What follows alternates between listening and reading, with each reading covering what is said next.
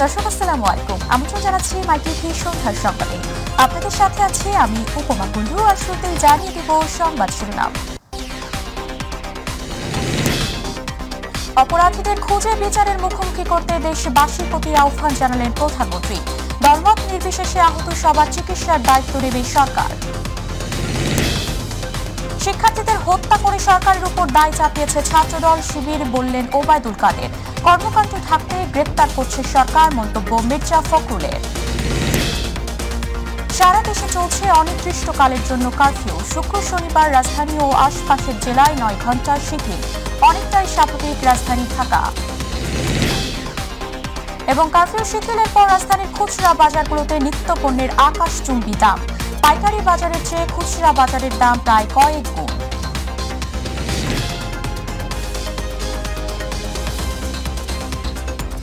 দর্শক শুনছিলেন সংবাদ শিরোনাম, চলে যাচ্ছে বিস্তারিত প্রসঙ্গে। কোটা আন্দোলনের নামে সহিংস ঘটনায় ক্ষতিগ্রস্ত বিটিভি ভবন পরিদর্শন করেছেন প্রধানমন্ত্রী শেখ হাসিনা। এ সময় হামলাকারীরা যারা দেশের আনাচে কানাচে লুকিয়ে আছে তাদের খুঁজে বের করে শাস্তির মুখোমুখি করতে দেশবাসীর প্রতি আহ্বান জানান তিনি। প্রধানমন্ত্রী বলেন, তার বক্তব্য বিকৃত করে কোটা আন্দোলনকারীদের উস্কে দিয়ে আন্দোলনকে ভিন্ন খাতে প্রবাহের চেষ্টা করা হয়েছে। আরো জানাচ্ছেন রাকিব হাসান। সকালে কোটা আন্দোলনের নামে নাশকতাকারীদের হামলায় ক্ষতিগ্রস্ত বিটিভি ভবন পরিদর্শনে আসেন প্রধানমন্ত্রী শেখ হাসিনা। এ সময় ক্ষতিগ্রস্ত বিটিভি কার্যালয়ের বিভিন্ন অংশ ঘুরে দেখেন তিনি। কথা বলেন প্রতিষ্ঠানটির কর্মকর্তা কর্মচারীদের সাথে। প্রধানমন্ত্রী তার বক্তব্যে কান্না জড়িত কণ্ঠে বিটিভির সাথে জড়িয়ে থাকা নিজের স্মৃতির কথা তুলে ধরেন। এই টেলিভিশনে যে ধ্বংসযজ্ঞ আমি দেখলাম, এটা কারোর পক্ষে সহ্য করব না। আমরা অনেক রক্ত দিয়ে স্বাধীনতা দেখছি, দেশটাকে গড়ে তুলব। এই দেশের মানুষ বিশ্বের দরবারে মাথা উঁচু করে চলবে। আর আজকে সেখানে কি হলো? আজকে সেই সম্মানটা ধুলায় মিটিয়ে দিল। যারা সহিংসতা করেছে তারা দেশের আনাচে কানাচে লুকিয়ে আছে জানিয়ে তাদের খুঁজে বের করে শাস্তির মুখোমুখি করতে দেশবাসীর প্রতি আহ্বান জানান তিনি। যারা এসবের সাথে জড়িত সারা বাংলাদেশের আনাচে কানাচে যে যেখানে আছে তাদের খুঁজে বের করুন, তাদের খুঁজে বের করুন এবং তাদের শাস্তির ব্যবস্থা করার জন্য সহযোগিতা করুন। আমি দেশবাসীর কাছে সেই আহ্বান জানাই। প্রধানমন্ত্রী অভিযোগ করেন, তার বক্তব্যকে বিকৃত করে কোটা আন্দোলনকারীদের উস্কে দিয়ে আন্দোলনকে ভিন্ন খাতে প্রবাহের চেষ্টা করা হয়েছে। আমার একটা কথা নিয়ে তারা কতদিন প্রতিবাদ করলো। কি কথা বলেছিলাম আমি? আমার কথাটাকে বিকৃত করা হয়েছিল। আমি বলেছিলাম মেধা মেধা মেধা, কোটা না মেধা। যারা পরীক্ষা দিয়ে মেধাবী তারাই তো পাচ্ছে। সেই সূত্রে আমি বলেছিলাম যে কি মেধাবী কি শুধু মানে মুক্তিযোদ্ধা পরিবারের সন্তান সন্ততিরা কি মেধাবী না? তাহলে মেধাবী কি শুধু ওই রাজাকারের ছেলে মেয়ে? 2013 সালে বিএনপি জামাত যে কায়দায় অগ্নিসন্ত্রাস করেছিল, এবারের ধরন তার থেকে ভিন্ন বলেও জানান সরকার প্রধান। সব থেকে অবাক লাগে যে 2013 সালে ওই বিএনপি জামাত মিলে শুরু করল অগ্নিসন্ত্রাস। তখন প্রায় 3800 মতো গাড়ি, 29টা রেল, 8টা লঞ্চ এবং প্রাইভেট কার এবং সিএনজি থেকে এগুলি রিক্সা, এগুলি তো পুড়িয়েছে। কিন্তু সেই পোড়ানো থেকে এবারে পোড়ানোর চরিত্রটা কিন্তু একটু আলাদা। এবারে তারা গান পাউডার ব্যবহার করেছে এবং জিনিসের সব পুড়ে একবারে ছাই। লন্ডনে বসে প্রবাসীদের উস্কে দিয়ে বিশ্বের কাছে বাংলাদেশের ভাবমূর্তি ক্ষুণ্ণ করার চেষ্টা করা হচ্ছে অভিযোগ করে গুজবে কান না দিতে দেশবাসীর প্রতি আহ্বান জানান প্রধানমন্ত্রী শেখ হাসিনা। লন্ডন থেকে নির্দেশ যায় যেখানে যেখানে বাঙালি আছে সেখানে সেখানে আন্দোলন করতে হবে। আর এই আন্দোলন করতে যে তাদের অবস্থাটা কি, সারা পৃথিবী জুড়ে দেশটাকে একেবারে, এবং এখনও আরও অনেক জায়গায় টেলিফোন করে বলছে ওখানে আন্দোলন করো। এমন এমন দেশে আমাদের সেখানে ফোন করে আমাকে জানাচ্ছে, মেসেজ দিচ্ছে। তাহলে যেটা করা মানে কি আমাদের দেশের ভাবমূর্তি শুধু নষ্ট না, যারা কোনো কাজ করে খাচ্ছে তাদের রুজি রোজগারও তো নষ্ট হয়ে যাবে। রাকিব হাসান, মাইটিভি, ঢাকা। প্রধানমন্ত্রী শেখ হাসিনা বলেছেন, সাম্প্রতিক আন্দোলন ও সহিংসতায় দলমত নির্বিশেষে আহতদের চিকিৎসা ও আয় রোজগারের ব্যবস্থা সরকার করবে। বিকেলে ঢাকা মেডিকেল কলেজ হাসপাতালে আহতদের চিকিৎসার খোঁজ খবর নিতে যান প্রধানমন্ত্রী। এ সময় তিনি বলেন, স্বাধীনতা বিরোধী অপশক্তি নাশকতা, জ্বালাও পোড়াও ও সহিংসতা করে দেশে অস্থিতিশীলতা তৈরির অপচেষ্টা করেছিল। তাদের প্রত্যেককে খুঁজে খুঁজে বিচারের মুখোমুখি করা হবে।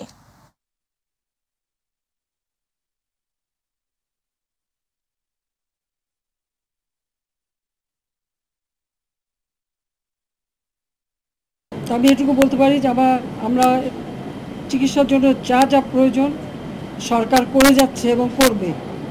চিকিৎসা শেষে তাদেরকে অন্তত তাদের আয় রোজগার ব্যবস্থা যাতে হয় সেটাও আমরা করব।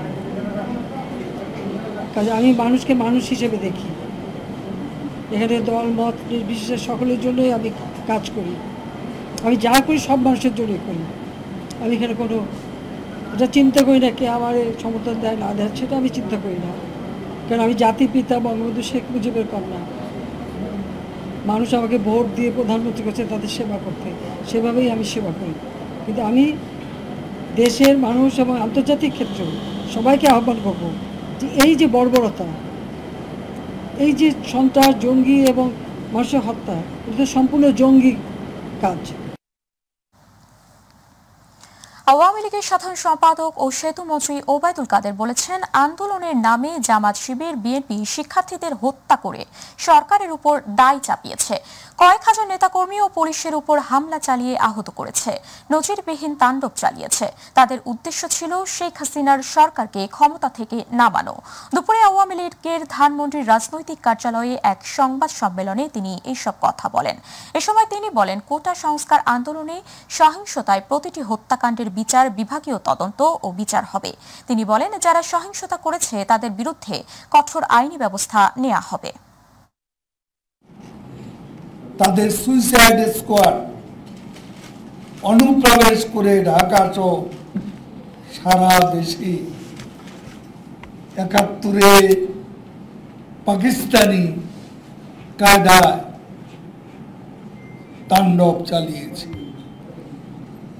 আন্দোলনের নামে শিক্ষার্থীদের হত্যা করে সরকারের উপর দায় চাপাতে হয়েছে। বিএনপির মহাসচিব মির্জা ফখরুল ইসলাম আলমগীর বলেছেন, সরকার সাধারণ শিক্ষার্থীদের ওপর গণহত্যা চালিয়েছে। নিজেদের কর্মকাণ্ড ঢাকতে এখন বিরোধী নেতাকর্মীদের গ্রেপ্তারে অভিযান চালানো হচ্ছে। আজ গণমাধ্যমে পাঠানো এক বিবৃতিতে তিনি এইসব কথা বলেন। মির্জা ফখরুল বলেন, সরকার চাইলে শিক্ষার্থীদের আন্দোলন শান্তিপূর্ণভাবে শেষ করতে পারত, কিন্তু তা না করে দমন পীড়নের পন্থা বেছে নিয়েছে।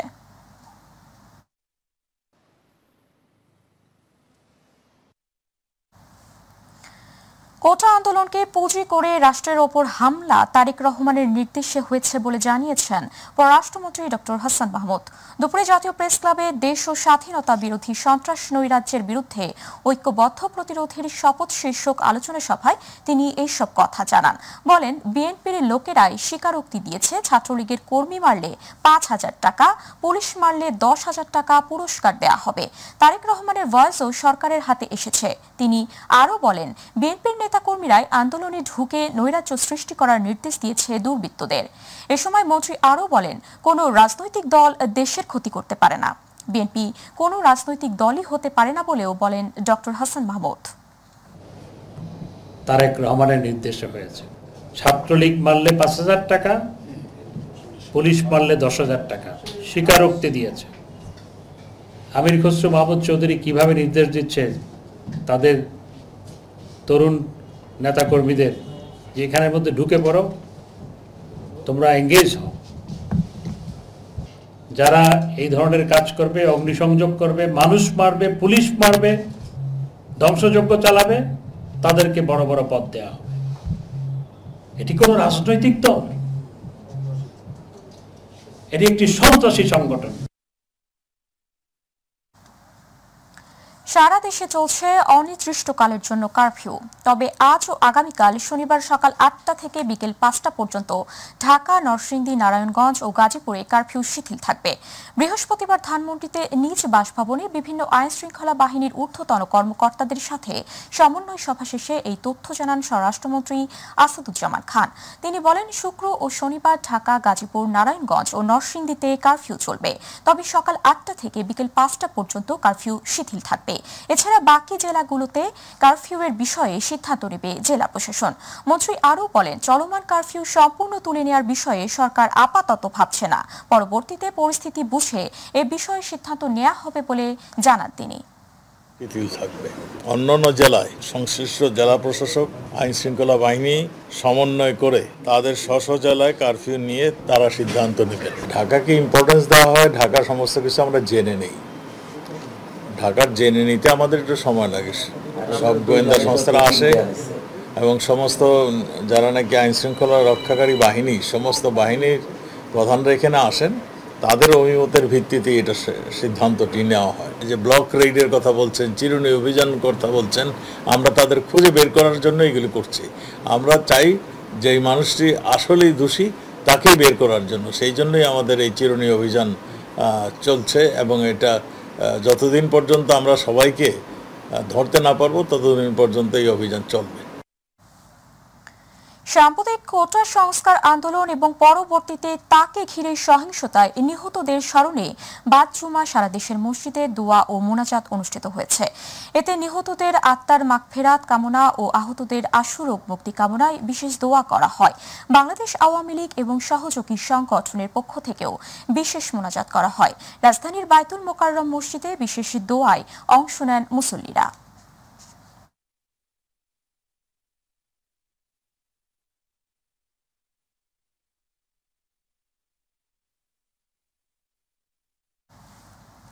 সাধারণ ছাত্ররা জ্বালাও পোড়াও, সহিংসতা এবং ধ্বংসাত্মক কাজের সঙ্গে জড়িত নয় বলে দাবি করেছে সাধারণ শিক্ষার্থী মঞ্চ নামের একটি ছাত্র সংগঠন। সংগঠনটি অনতি বিলম্বে সারা দেশে শিক্ষার পরিবেশ ফিরিয়ে আনতে শিক্ষা প্রতিষ্ঠানগুলো খুলে দেওয়ার আহ্বান জানিয়েছে। মঞ্চের সমন্বয়ক এলিয়ান কাফি প্রতীক সহ কোটা আন্দোলনে সম্পৃক্ত 91 জন সাধারণ শিক্ষার্থী স্বাক্ষরিত এক প্রেস বিজ্ঞপ্তিতে এই দাবি জানানো হয়। প্রেস বিজ্ঞপ্তিতে বলা হয়, বিগত 3 জুলাই থেকে কোটা সংস্কার এবং আমাদের অধিকার আদায়ের দাবিতে সারা দেশে সাধারণ শিক্ষার্থীরা আন্দোলনে অংশগ্রহণ করে। এই অধিকার আদায়ের আন্দোলনে অনেক শিক্ষার্থী শহীদ হয়েছেন। তবে যৌক্তিক আন্দোলনের দাবির মুখে 23 জুলাই সরকারি প্রজ্ঞাপন জারির মাধ্যমে শিক্ষার্থীদের আংশিক বিজয় অর্জিত হয়েছে।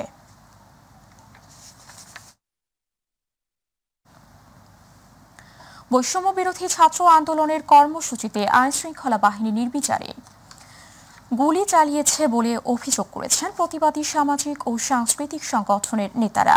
আর কোটা সংস্কার আন্দোলনে মৃত্যুর দায়ভার নিয়ে সরকারের পদত্যাগ দাবি করছেন বাম দলের নেতারা। রাজধানীতে আলাদা অনুষ্ঠানে তারা এসব কথা বলেন। ইউসুফ আলীর রিপোর্ট। কোটা সংস্কার আন্দোলনে নিহতদের স্মরণে পুরানা পল্টনে শোক মিছিলের আয়োজন করে বাম গণতান্ত্রিক জোট, বাংলাদেশ জাসদ ও ফ্যাসিবাদ বিরোধী বাম মোর্চা। সংক্ষিপ্ত সমাবেশে বাংলাদেশের কমিউনিস্ট পার্টি সিপিবির সাধারণ সম্পাদক রুহিন হোসেন প্রিন্স বলেন, বৈষম্য বিরোধী ছাত্র আন্দোলনে নিহতদের দায়ভার সরকারকে নিতে হবে। এই রাজনৈতিক সংকটের একমাত্র সমাধান এই হত্যাযজ্ঞের দায় নিয়ে, এবং যে ধ্বংসযজ্ঞ হলো সেটা যে ঠেকাতে পারল না তার দায় নিয়ে শেখ হাসিনা সরকারকে পদত্যাগ করতে হবে। এর আগে জাতীয় প্রেস ক্লাবের সামনে সমাবেশ করে প্রতিবাদী সামাজিক ও সাংস্কৃতিক সংগঠন ছাত্রদের সঙ্গে এই জনগণ সম্পৃক্ত হয়েছে এবং আন্দোলনে সমবেত হয়েছে, এবং এই সুযোগে এই প্রতিবাদী আন্দোলনে পুলিশ বাহিনী নামিয়ে নির্বিচারে এই সরকার হত্যাকাণ্ড চালিয়েছে। তাদের বুকের তাজা রক্তের উপর দিয়ে কোনো অবস্থাতেই ক্ষমতার মসনদ আটকে রাখার কোনো নৈতিক অধিকার আপনার নেই। পরে জাতীয় প্রেস ক্লাবের সামনে থেকে প্রতিবাদী গানের মিছিল বের করে পুরানা পল্টনে গিয়ে শেষ হয়। ইউসুফ আলী, মাই টিভি, ঢাকা। কারফিউ শিথিলের পর রাজধানীর খুচরা বাজারগুলোতে নিত্য পণ্যের আকাশচুম্বী দাম। পাইকারি বাজারের চেয়ে খুচরা বাজারে পণ্যের দাম প্রায় কয়েক গুণ। পাইকাররা বলছেন খরচের চেয়েও কম দামে বিক্রি করতে হচ্ছে পণ্য। আর খুচরা বাজারের ক্রেতাদের অভিযোগ, পাইকারদের থেকে কম দামে পণ্য কিনলেও খুচরা ব্যবসায়ীরা সিন্ডিকেট করে কয়েক গুণ করেছে নিত্য পণ্যের দাম। বিস্তারিত আমিনা হিরার রিপোর্টে। কারফিউ শিথিলের পর বাজারে ক্রেতাদের অনেকটাই ভিড়। তবে টানা কয়েকদিন সবকিছু বন্ধ থাকার বাহানায় বাজারে প্রয়োজনীয় নিত্যপণ্যের দাম ধরাছোঁয়ার বাইরে। পাইকারি বাজারে প্রকারভেদে 1 কেজি আলুর দাম 50 থেকে 60 টাকা, আর দেশি পেঁয়াজ 95 থেকে 100 টাকা। কিন্তু খুচরা বাজারে এসব পণ্যের দাম অনেকটাই বেশি। লাল আলুর দাম চলছে 50 টাকা কেজি, 65 কেজি আলুর দাম 3250 টাকা দাম, লাল গুটি আলুর দাম 60 টাকা কেজি, 58 টাকা কেজিও বিক্রি হয়। দেশি পেঁয়াজের রেট হচ্ছে আজকে বেশি 100 টাকা 98 টাকা কেজি। 2 দিন আগে দাম ছিল 105 106, এখন দাম একটু কমছে, এলসির আমদানি বেশি, এজন্য দাম একটু কম।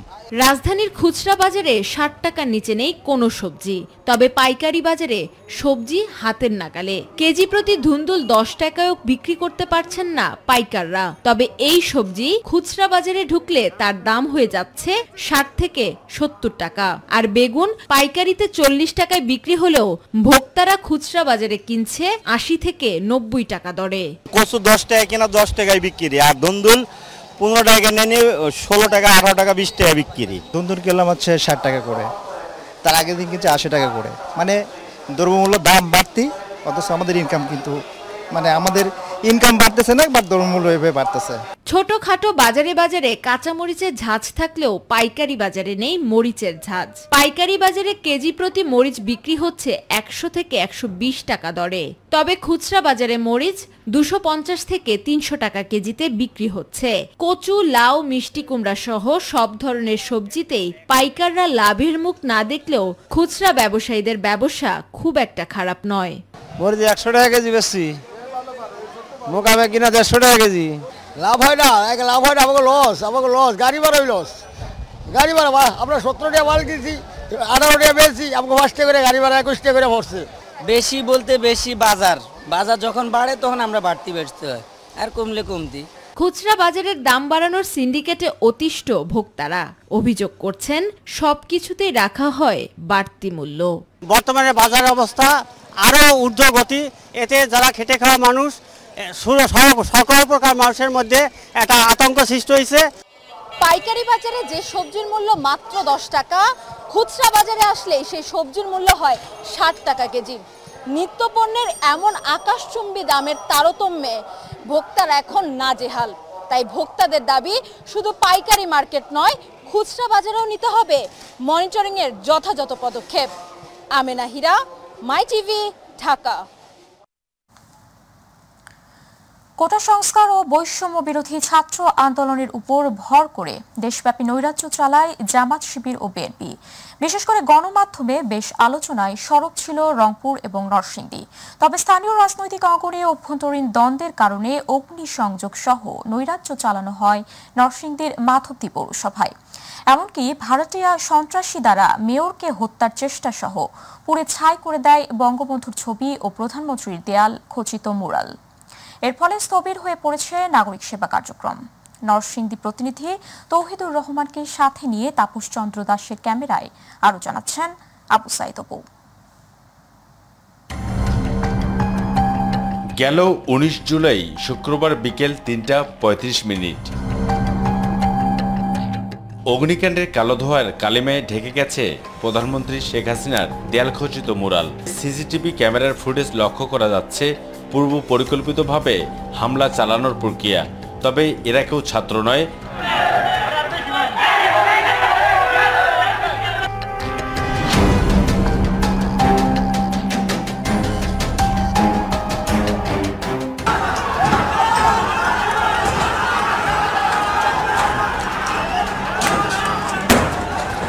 কোটা সংস্কার এবং বৈষম্য বিরোধী ছাত্র আন্দোলনকে পুঁজি করে মাধবদী পৌরসভায় তাণ্ডব চালায় জামাত, শিবির ও বিএনপির কতিপয় দুর্বৃত্তরা।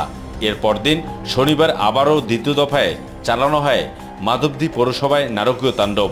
এতে ক্ষয়ক্ষতির পরিমাণ দাঁড়ায় প্রায় 7 কোটি টাকার উপরে।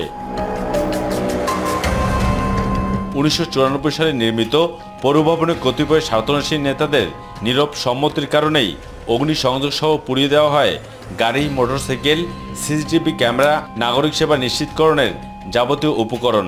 আইসা আমি দেখি আগুন সব দাউ দাউ করে জ্বলতেছে, গাড়িটা রেগুলার সবগুলো আগুন জ্বলতেছে। কিছু ছেলে পেলে আসলো, আইসা তখন তারা তেল দিয়ে আগুনটা ধরাই দিছে। দুইটা গাড়ি জ্বলতেছে আর ভিতরে অনেক ধোঁয়া।